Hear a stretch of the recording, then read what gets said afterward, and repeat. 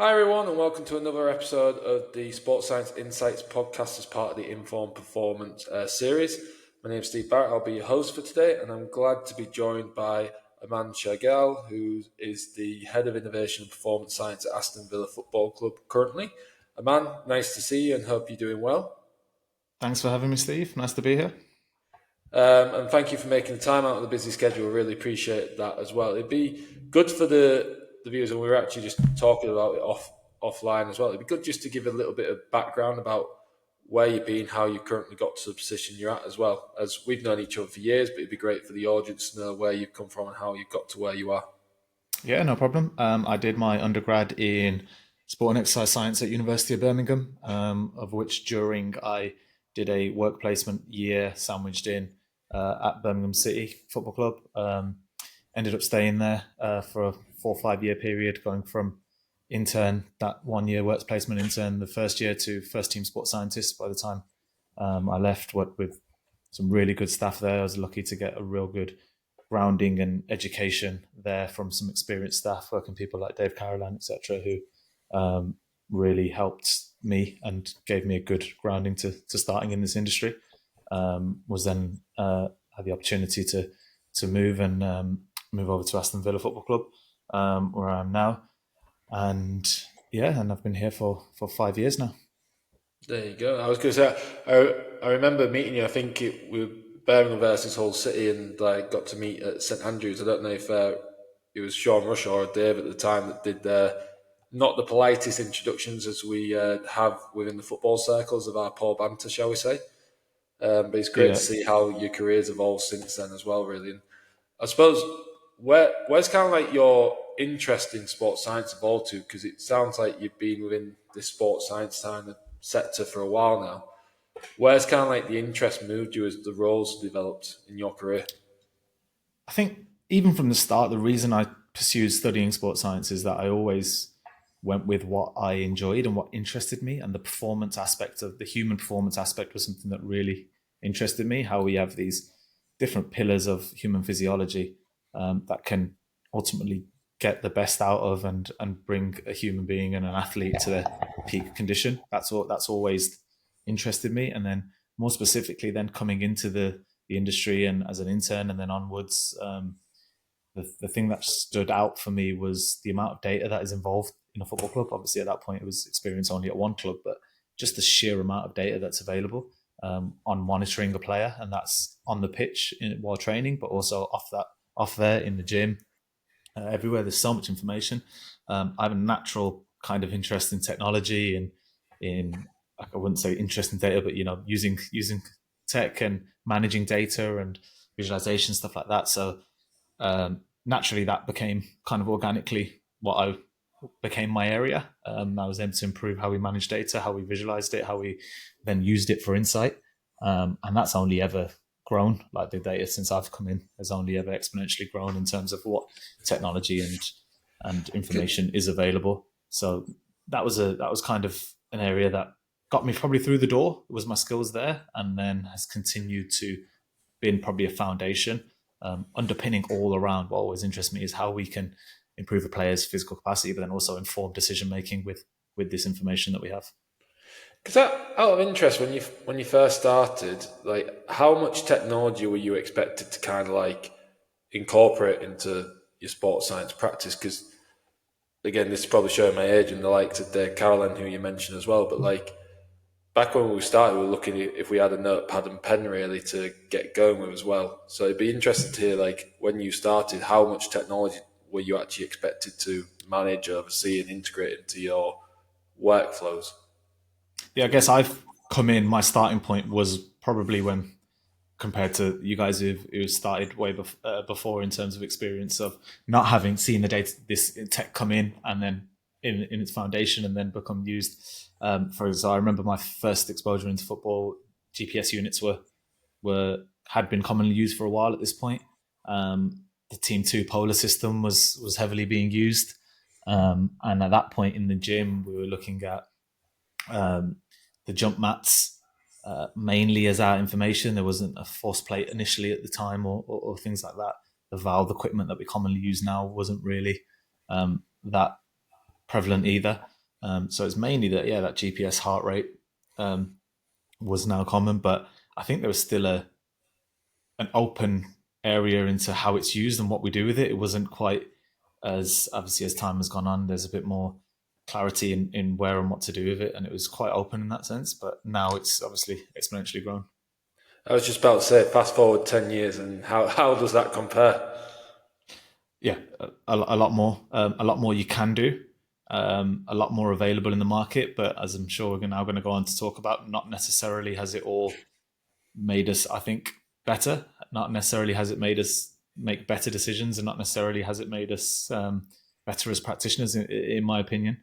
Um, and it's easier now, I think, to be lost in it, to be lost in the data, to be lost in the tech, and to lose the picture that you have on an athlete in terms of where is this athlete right now. We talk a lot, and the research talks a lot about readiness status of a player, which is a very broad term. But I think that readiness condition of a player is more confusing now than probably it has been before. Yeah, do you think we actually use technology too much now? I don't know if we use it too much. The problem is actually how we use it. So there's no doubt you only got to look, and you've only got to be on LinkedIn for a month and be a practitioner within sport, and you'll get bombarded with different sales of different things, and they're not necessarily poor technology or poor equipment, but there is just such a sheer amount of them, and I think that's only coming because technology has improved so much. The actual hardware tech has improved so much in that time, and the main thing being data science of the machine learning and AI advancements more recently now that have happened mean that a lot of things can be algorithm based. So the hardware doesn't necessarily have to do the calculating, and we're not limited by the hardware as much. We can now, with these models that are created, the algorithms themselves can pretty work strongly, give you whatever metric it is you're looking for based on an indirect measure sometimes. So it's almost opened up that we can measure anything. And not necessarily that all these things that we're measuring are not important, but are they actually helping push the needle forward and helping us inform decisions? I'm not so sure. So I think the English phrase is not seeing the wood for the trees sometimes as well. Would that be a good summary of like where you feel like technology can be seen at the minute as well with all the evolutions that you talked about? That's definitely the first time I've heard that phrase, by the way. Have you not heard that before? I That haven't. does No, show no, my no, I age haven't as well. That actually. must be old I fashioned. haven't. I still live out in the country, so we still see a lot of trees. Must be up in Hull. There you go. Yeah, like we know how unique Hull can be to live as well, as we've Yeah. talked about many a time as well. Yeah. Yeah, I think it's just very easy now to get lost in it. And I always see it from this point of view of, and of course it's different in every environment, and that's a unique part of it. But with everything we're using and everything we're asking the player to do, can we always give the player the information of what this is, how it's used, and what the action points are off it, if needed, if ever pushed on? I don't think we always need to make that completely transparent with every single area in every single way. But if a player was to challenge you on, well, why am I doing this, and what's done with it, and how does it actually do anything? Can you always answer that question with confidence? I think that's a good starting point. Yeah, and on that, just before we go on to the next point, like, how do actually athletes, like, how do you manage that kind of relationship between technology and athletes? Like, what's the kind of buy-in that you have, like, with different technologies for different athletes as well? My approach is very much to get them involved. I'm very much have them involved and have them seeing it. I think I've seen different approaches, and in some places it may be common point where it's the culture, it's what we do. You must wear this, you must do this test, you must be involved in this, and that's that. But for me, it's very much a case of, well, new player come through the door or anyone who's here, what is the test? What is it? Why are we doing it? What do we get from it? What's interesting from I think their player might be interested in, because we've got to remember now that they're young men, and the day and age we are in now and what we're all used to, and I'm not too far off that in terms of what I've been used to in terms of coming out of uni and everything, is exposure to these technologies and wearables and different things. You've got um, never mind just players, but you've got the general public. You've got people wearing whoops and people wearing different Apple watches, and they're so much more informed about what's going on with their well-being and their body, and they're so interested in it. It's the same for a playing group of young men, so they are interested in it. It's My approach is bring them in, educate them, show them what's what, and give them as much as what they want. As with any sort of population, you're going to have a sample of a population. You're going to have people who aren't interested and just want to get on with it. But I think the average player now is a lot more interested and does want to know and does want regular feedback. And I think the important point is educate them on what it means, because it really helps solve the buy-in issues that you can have, the compliance issues. They can, I think, a lot of the times be solved by actually getting the player in a room and bringing them on board with you. I was just about to say, what's that kind of education piece look like? Because it's, as you say, you're working with multiple different nationalities, personalities, and everything else. So is it like a one-size-fits-all that you always take them into a classroom, or are there different strategies that you'll use with different types of athletes to get them on board, as you say? I've done different things over the seasons. I've sent out video kind of walk through kind of video things where I've tried to do education pieces. We've done general presentations over the years as well. I think the one that's most successful for me and my preferred approach is very much a one-to-one in a room, informal. Get them in. Hey, can I show you this? Can I have a chat with you? Don't make it seem like it's a really big thing that needs to be addressed, and gain their interest, get their excitement for it, and intrigue them. And have that conversation. And what's going to intrigue them and bring them in is different for every individual. And that's where the other element of being a practitioner, of knowing your players, is knowing your different personalities, knowing what gets everyone going, and working towards that. That's my approach. That sometimes can't be solved with technology, about how best to approach the athlete about technology, ironically, as well. Yeah, and even if that technology isn't designed to inform the athlete, a lot of the things we're doing isn't there so we can tell the player this was your score or whatever. It's to inform us and our practice, or the coach or the manager or whatever it might be. But by still doing that and making sure the player's aware of what it's around, and with some tests, for example, biomarkers or things like that, where you might have to be a bit cute about it, and you want to be careful what information you're giving, I still think there are ways and education you can give that can still have that buy-in, as opposed to the approach of, well, this is what we're doing, that's the way it is. And I suppose, like, coming on to when you talk about, obviously, you're educating players about technology, it'd be, how do you actually decide what technology you're going to implement within the environment, first of all, that you're working in? Like, what do you have any kind of like key implementation philosophies that you utilized when you're choosing technologies? Yeah, I think it's an important area, and it's something that I think needs to happen across the board. Is that there has to be a process by which you go when it comes to implementing technology, and I think that a lack of a process or a lack of a protocol to decide whether a technology is implemented or not, or brought in or trialed or whatever, is what causes this data confusion. I think that there's sometimes a false picture that the issue is data at the moment, that we have a lot of data and we need more data specialists, or we need to upskill I always go for the approach of how much can you upskill as a practitioner your ability to use data, because rather than it being a separate area, which when you're talking about data science, AI, machine learning, yes, most definitely you need specialists, but the management of data on a day-to-day is normal part of any practitioner's job nowadays. I think the basic skill is needed across anyone, because that's just where the modern world is, what we have. But I think we're mistaking data issues, that we need more resource there, for actually things that aren't data issues. The issue is that we've got too much information coming that we don't know about and we don't know what to do with. So I think there's a process that you should go through, and I call it, it's a four-pronged approach of steps that you should go through. And this steps could be given from, it could come within the department itself, so the people who own it within the department, the practitioners. It could come from above the department, heads of department, a director level, if it's a director of performance, if it's the sporting director, the person who signs off the, yes, we'll pay it or we'll get it in. But somewhere within an organization, I think this process of this type should be going on, because it's implementing science correctly and making sure we're doing it in the right way. And the first point for me on that is, first of all, this new technology or this new system, whatever it may be, and it could be a wearable, a biomarker test, whatever it might be, has to intrigue and attract your attention. So how you come across it, it's got to pull you in. And you can come across these technologies, I think, in two ways. First of all, the ideal way is you're searching for something to help you answer a challenge or a question that you have in your world. And the key thing is it's in your world, in your organization, in your department, in your club or whatever it might be. Everyone's different. So what challenges do you have, or questions you have regular basis within your department, and you're searching for things that can help you answer that, I think is a very nice organic way. Or the other thing, which there's no shame in, is we get caught with advertising by these companies and really nice, sexy looking dashboards or whatever it might be that pull you in and make you think, oh, what is this? And there's nothing wrong with that, because I think initially it needs to pull you in, and you have to, on a global level, be thinking, could this help me? Could this help me answer questions? Could this make me more informed? Do I think this is going to be good for me?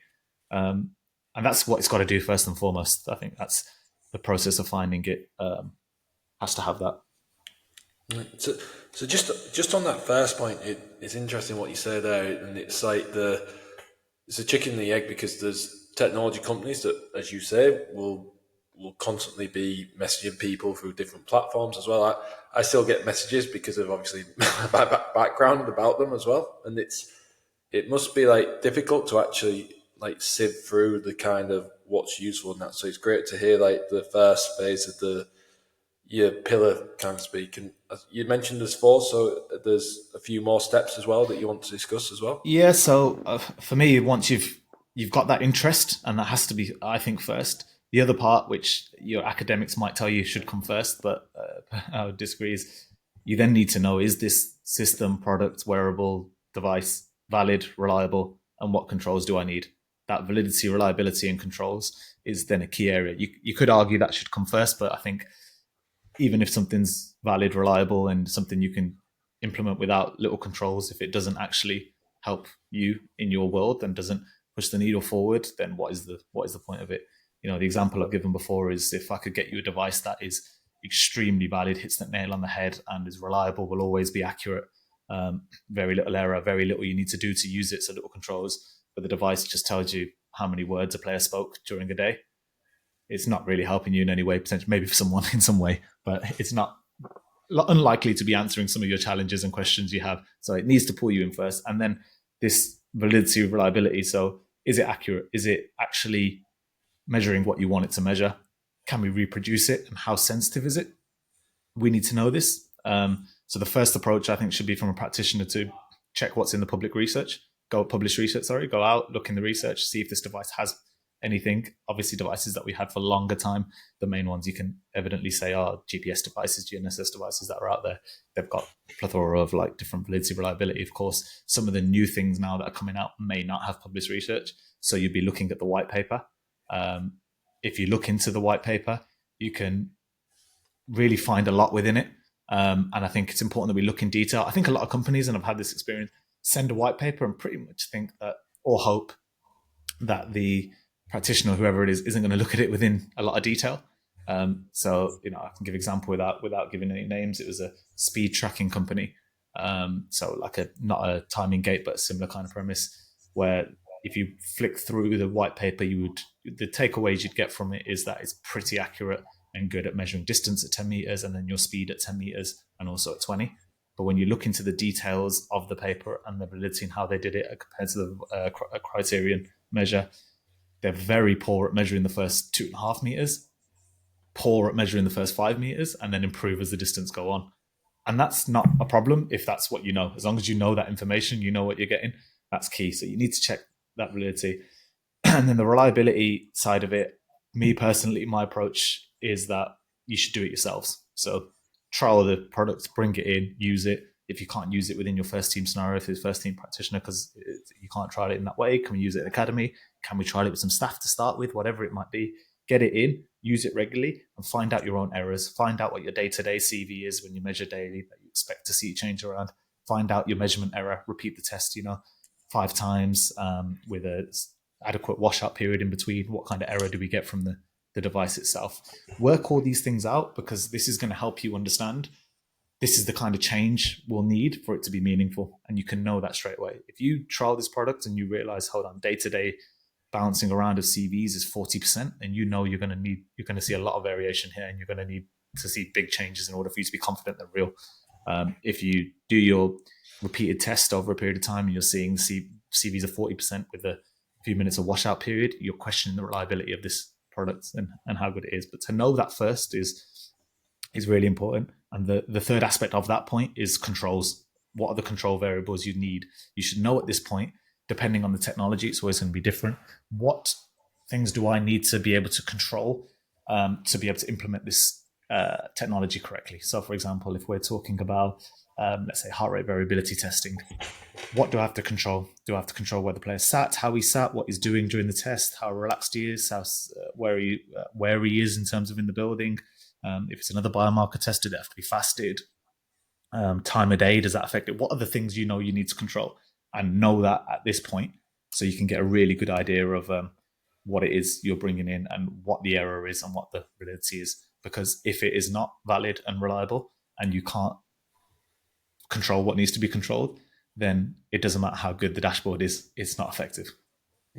Like, I couldn't agree more, and it's refreshing to hear, like, obviously the importance you place on doing it yourself as well. I think, like, I'll ask a question once we've been for all the framework, but innovation's like really challenging, because if we have validity and reliability as part of our selection frameworks for new processes, so not just technology but new processes, actually if there isn't anything available in the public domain, like, a lot of practitioners just go, yeah, it's not for me, I'll wait until it's published.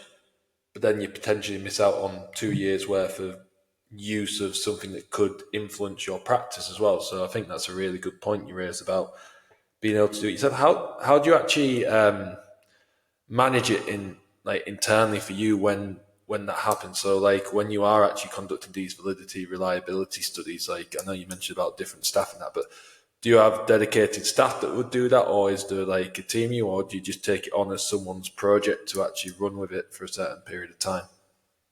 Yeah, I think it would depend on what area it's being implemented into as to which person's most relevant to do that with. But if we're talking about a performance team of scientists, then this should be for me, a scientific underpinning of any practitioner in our area, that we can conduct these kind of things. Any academic would tell you that, but I think we often talk about bridging the gap between practice and academia, in terms of academia lifting to meet the demands of what the questions are in practice. But I think also the opposite is applied as well. We, in the practical world and applied world, need to look into academia to make sure what we're doing is correct in that sort of sense.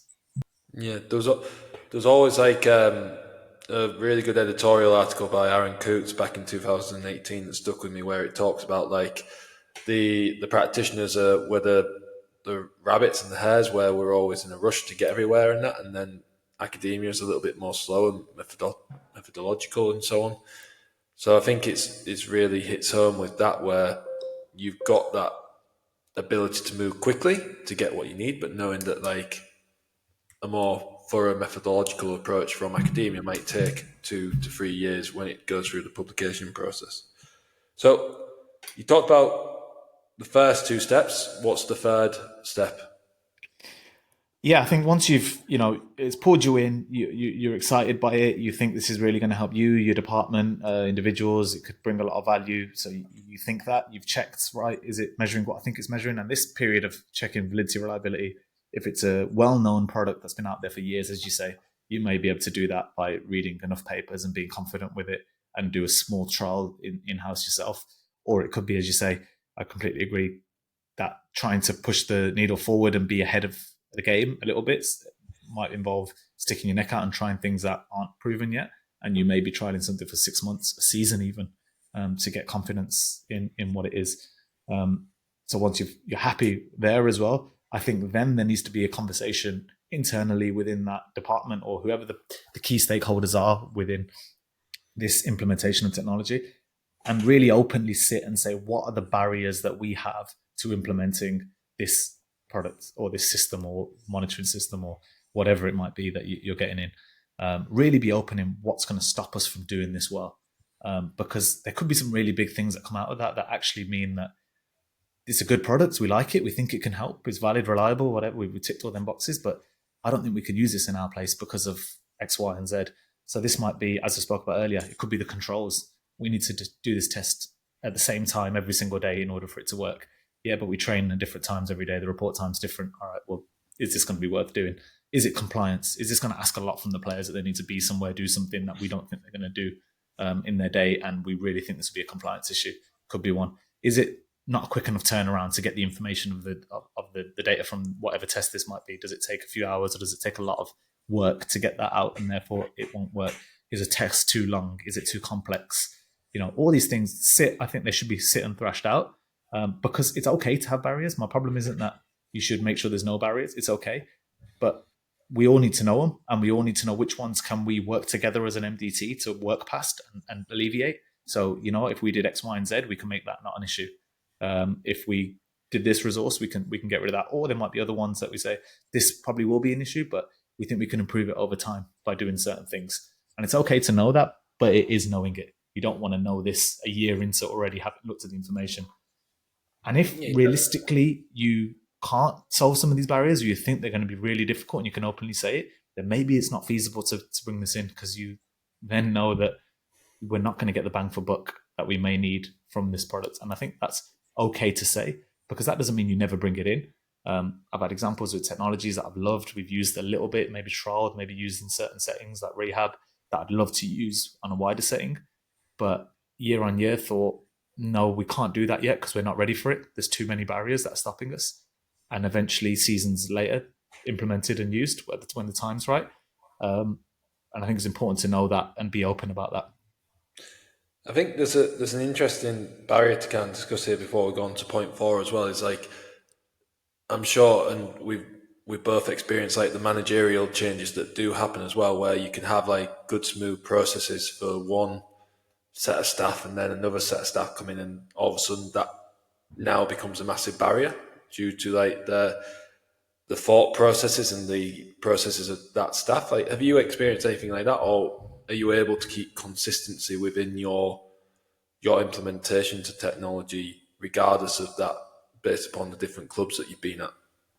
Well, I think a process like this helps you in that consistency, because first of all, by going through this process, you as a department and a club are confident in what you're doing. You have the information that you know that we're doing something that we feel is going to have an impact.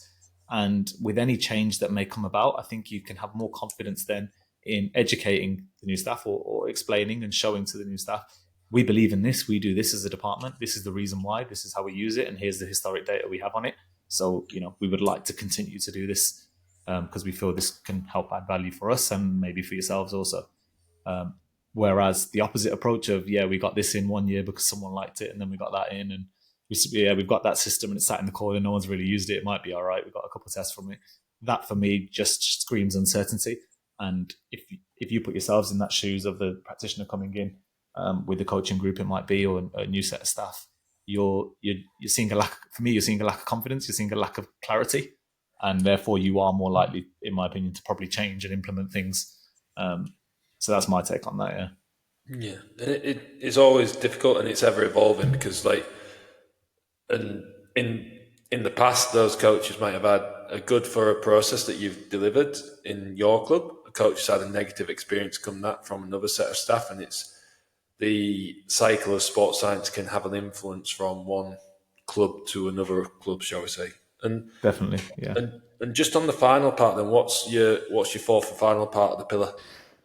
The fourth one, arguably, is the most important, and that is, what are we actually doing with this information? What are we actually going to do, and how is this information going to help us push the needle forward and improve us as practitioners? Whether that's informing a better decision or making an intervention, how is it going to do it? And I like to think of this period as a logic statement of, if X, then Y. Think about, and this is obviously pre-implementation, and this may involve an MDT or multiple people in this process, but think about the worst case scenario of the result of this test. So if we had the biggest, red flag, let's call it, from this test, what then? What would be our idea? What do we think we should do? And this might be a continuous variable, so it could be different aspects, but actually sit beforehand and say, if we saw this with an athlete, what do we need? What should we do? Is that an intervention that needs to take place immediately before that player trains that day? Is it something more chronic and telling us about his wellness state from that perspective? Is it a retest that needs to be done? And is it serious enough that you would think about this affecting whether he trains this day or not, and his risk of potentially injury or something else? Who are the decision makers that needs to be involved in that? Is it just a medical team because it's about treatment methods? Is it the performance team because it's about managing training load or the gym load that day, or what they do in their activation, etc.? Is it the manager and coach because this needs to be affect what's implemented on the pitch?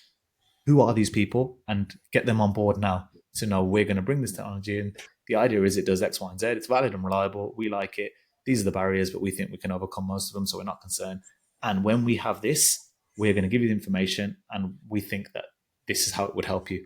If you can clarify that before it's in, you know exactly what you're doing with technology. And I think that is where a lot of it falls down within an organization, because we can have the technology, we can get in the information. But I think even with the technology that you might already have and the data you already have within an organization, if you ask yourself that question, so what do we actually do with it? What's the endpoint? What's the intervention that happens? What's the action point? You may find yourself removing a lot of the stuff you do.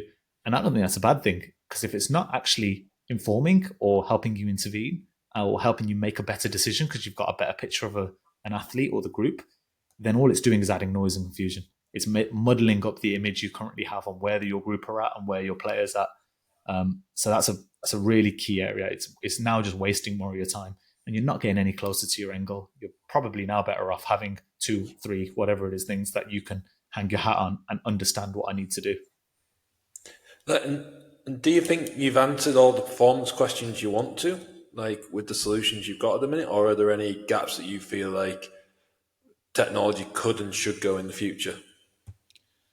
No, I think the more it's an ever evolving thing. The more you start to know about an area and a topic, and the more you delve into it, the more you realize you don't know, the more you realize you don't do anything, and you end up in a point where you think you're not doing anything at all. It's this kind of circle that goes on for me anyway. The more I try to do more in areas, you realize there's more and more you can do. But they're not always necessarily answered by hardware and more testing. As we've seen, there's some bits that have come out recently from ex-players and coaches speaking about how monitoring of players has got out of hand and it's too much and it's affecting the player too much, and perhaps so. I think it's a valid point, and I think this is a lot of the reason, because we're doing things because we want to be seen to be doing things, and we want to be seen as that club, organization, department who are doing X, Y, and Z, and maybe it looks good on the outside or to the stakeholders above. But is it actually moving the needle forward? And that's the question you'll always ask ourselves, even in the future now, is what are the challenges we have? Or has something come up that can answer some challenge that we didn't even realize we had, but if we had the answers to, we'd be able to make better decisions. Yeah, and I think we spoke about it offline as well. Like, I've had the experience in the past where like we had to bring in something new each year as a department to look innovative to the club's ownership as well. And I think and that brings me to probably a couple of the last challenging discussion points, shall we say, is around like, because of key stakeholders, as you mentioned, is actually innovation in applied performance science. Is that actually technology or not? No, not necessarily. I don't think it always is technology. It can. I think innovation can also be human resource as well, in different skill sets that people can apply within an organization, a department. I think innovation is very individual and it's very relative. What's innovation for one department may not be for another department elsewhere, because they're all living in their own world. Yes, we all share common challenges within our industry of performance. Like we have common challenges, of course we do. But club, organization, department A may be able to answer some of them really well, and others not well. Whereas organization B might be vice versa, in the opposite way. They can't answer the ones the others can, but they can answer what they can't. So it's all individual, and innovation is finding the answers to these challenges that you either already know exist or don't know. And that doesn't necessarily mean using tech. Innovation naturally, I think, implies that we're going to do something that's a little bit outside the box. That it's not an easy answer, because if it was something that we could answer very easily by bring this in or bring this member of staff in or bring this technology in and it's ticked, then let's be honest, we'd probably be doing it already. It's about finding ways to answer these abstract questions that we have in human performance, which we know itself is non-linear. It's not straightforward. If this, then that. There's so many things at play. And that doesn't have to be technology. That can be individuals, relationships, resources. But at the moment, technology is what's bombarding the industry, and it's there in your face, and it's so much accessible that, as you rightly say, that we're getting confused that the two are the same. And I suppose the last final point as well, like you talked earlier about how machine learning and artificial intelligence seem to be the innovations and where the industry kind of is leaning towards at the minute as well. Where do you think like future innovations potentially could lead to beyond machine learning and AI, if unless that is like the next innovation, that's it, and robots take over the world, for example? Yes, the output is scary of what it could achieve. I think it's definitely the space that's going to now start to intrigue everyone. I think people who have knowledge in that area or don't are all going to be interested by the words AI. So as soon as they see it in something, they're going to want the interest in it. Um, how effective that's actually going to be, again, talking about them principles of it moving the needle forward, is again largely going to depend on how well you're doing things now. Uh, the AI or whatever it is that may one day arrive as could be a language model that we're using to just query to ask our questions to, is only going to be as strong as the information we're putting into it. And if we're putting in load of tests that may cover the whole spectrum of physiology, biomechanics, etc., of human performance, but they are not reliable, not valid, and we're not confident with them, then that's what we're going to get back out from the system. So all of these things we spoke about for me are underpinning foundations of good science within our department. And then these other technologies that will improve, such as AI, I think will definitely be implementing, maybe in the format of language models that sit above our front facing on the front end of our databases, that can help us find things that we didn't know are happening by marrying up different data sets. Or it could be more basic things in helping us push forward things we're currently measuring and making the measures better, creating our own measures in certain ways. But that's definitely going to be a space that will be heavily saturated, I think, pretty soon. Brilliant. Thank you, man. I really appreciate your time and your insights today as well. And I'm sure, and I hope, and I'm sure the listeners will enjoy the episode. So thank you for your time as well. And Pleasure to be on, mate. Thank you for having me. And thank you to everyone for listening to the latest episode of the Sports Science Insights podcast as part of the Informed Performance series. And we'll speak to you soon.